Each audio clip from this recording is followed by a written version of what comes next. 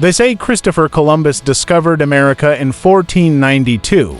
His ships, the Nina, the Pinta, and the Santa Maria, arrived on the shores of the New World, and history was written. Textbooks celebrated it. Statues rose in his honor.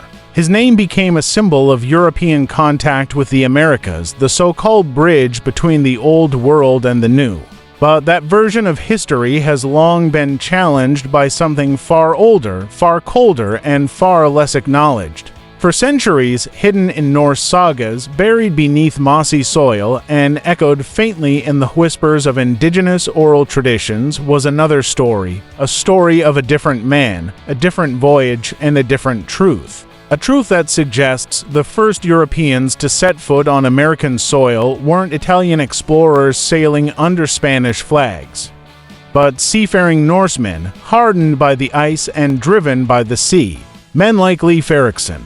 Leif Erikson, a name that was almost erased from global memory. Born in Iceland, raised in Greenland, the son of Eric the Red, the infamous Viking outlaw who carved a brutal life on the frozen edge of the world. Leif was raised not in comfort, but in hardship.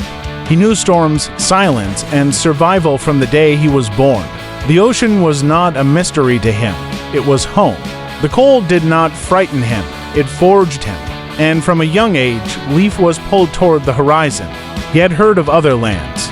Lands of warmth, of forests, of wild grapes and fertile soil.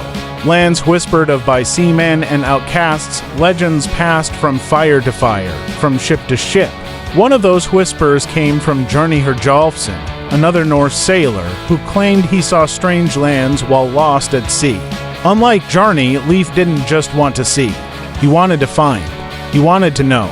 Around the year 1000 AD, Leif prepared for a journey no one else dared take. With a ship built of oak and iron nails, with sails designed for the punishing winds of the North Atlantic, and with a crew of hardened Greenlanders, he set off, not into myth, but into history. The voyage across the North Atlantic was treacherous. Icy winds howled like beasts. The waves rose like mountains. But the Norse were not strangers to these waters. Their longships were narrow and shallow, ideal for speed and agility, for slipping between icebergs and riding the crest of storms. They passed Greenland, pushed beyond known lands, and after weeks on the open sea, land appeared. They did not arrive at golden beaches or welcoming ports. They arrived at coastlines untouched by European hands. The forests were thick. The rivers ran cold and clear. The soil was rich and dark. Leif and his crew explored what they called Helgeland, believed to be Baffin Island, then southward to Markland, likely Labrador, and finally to a land of warmth and abundance, Vinland, so named for the wild grapes growing there. This land, historians now believe, was Newfoundland or possibly even parts of Nova Scotia or the northern United States. They built shelters, hunted, fished, collected wood, observed new animals, new plants, new seasons. They encountered indigenous peoples, possibly the ancestors of the Beothuk, and though the records are sparse, there are tales of both peaceful contact and violent clashes. Leif stayed for months, maybe more. The exact duration is unclear. But what's certain is this. He returned to Greenland with tales of a new world, a place unlike anything the Norse had seen. Others followed out his brother Thorvald among them, and sagas tell us that Thorvald was killed in a confrontation in Vinland. The settlements never lasted. The voyages, though significant, became more sporadic. The reasons remain mysterious. Some say it was the hostility of the indigenous people. Others say it was the logistical difficulty, or that the Norse, proud and stubborn, refused to adapt. Or maybe they felt they weren't alone. Maybe the forest whispered to them. Maybe the land resisted them. What followed was silence. For nearly 1,000 years, the story of Leif Erikson faded. The sagas were dismissed as legend. Europe forgot, history forgot, or chose to forget, until the 1960s. In northern Newfoundland, a place known as Land's own Meadows sat quiet, overgrown, unremarkable, until a Norwegian explorer named Helgingstad and his wife Stein decided to investigate the area, driven by their belief that the Norse had been in North America. Locals had long spoken of strange mounds, unnatural ridges, bits of metal in the soil. What the instead uncovered would change history. Beneath the turf lay the remains of Norse structures, outlines of longhouses, workshops, and communal halls. They found iron nails, a bronze cloak pin, a soapstone spindle whorl. Radiocarbon dating confirmed it. The site was over 1,000 years old. Viking age. The architecture matched that of Greenlandic and Icelandic settlements. For the first time, there was physical proof that Vikings had crossed the Atlantic and built a settlement on American soil. It was no longer theory, no longer story. It was real. This changed everything. The textbooks didn't shift immediately, but the evidence was too strong. Academic journals, global news outlets, and historical societies had to confront the fact that Columbus had not discovered America in any meaningful sense, not in the sense of first contact. That title now, undeniably, belonged to Leif Erikson. Yet whispers of their presence continued through the ages. Indigenous tribes in the Northeast carry stories of early visitors, pale men with beards, strange ships, and unfamiliar tools.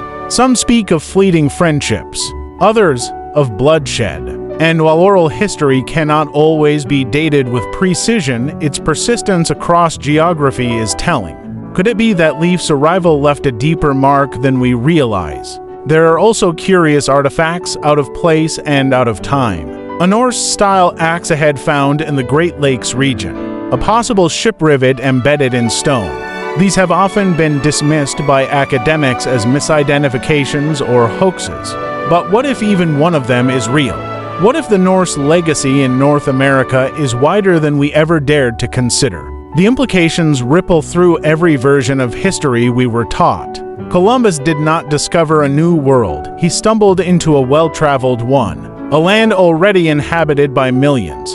A land already visited by seafarers from Iceland and Greenland nearly 5 centuries earlier. Leif Erikson's voyage suggests a transatlantic connection that predates the age of empires.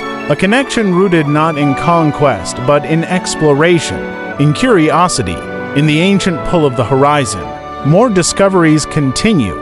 At Point Rosie, soil analysis and remote sensing suggest more possible Norse sites. Nothing conclusive, yet, but the pattern continues. Clues just under the surface.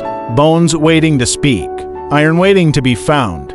This version of history demands a reckoning. It challenges national myths. It forces us to ask what else we've forgotten or chosen to forget. If Leif Erikson made it here first, what else lies beneath the surface of the past? What other lost names, lost journeys, lost maps? History is a living thing. And sometimes it takes 1,000 years to speak.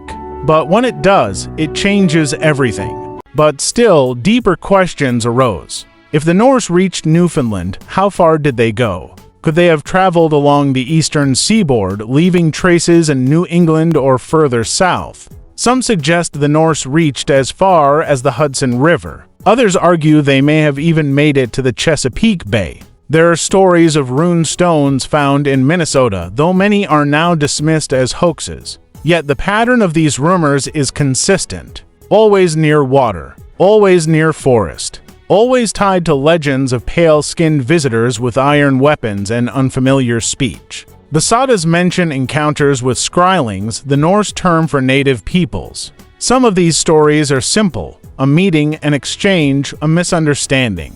Others describe violent conflict, the death of Thorvald, the fleeing of settlers. In one account, a Norse bull escapes and terrifies the natives, sparking a battle. The sagas even describe novel weapons used by the skrylings, stones launched from slings capable of raining down from a distance. Weapons unfamiliar to Norse eyes. Yet these were not savages. The Norse sagas, even in their biased language, describe the skrylings as intelligent, quick, organized, and dangerous. The Norse, though armed with steel, realized quickly that the New World would not bow to them easily. But perhaps the most curious absence is this: why, after such a monumental discovery, did the Norse not stay? Why did they return to Greenland and never establish permanent colonies in America? The answers remain speculation. Some historians argue the supply lines were too long. Others suggest the small size of Norse settlements couldn't withstand native resistance.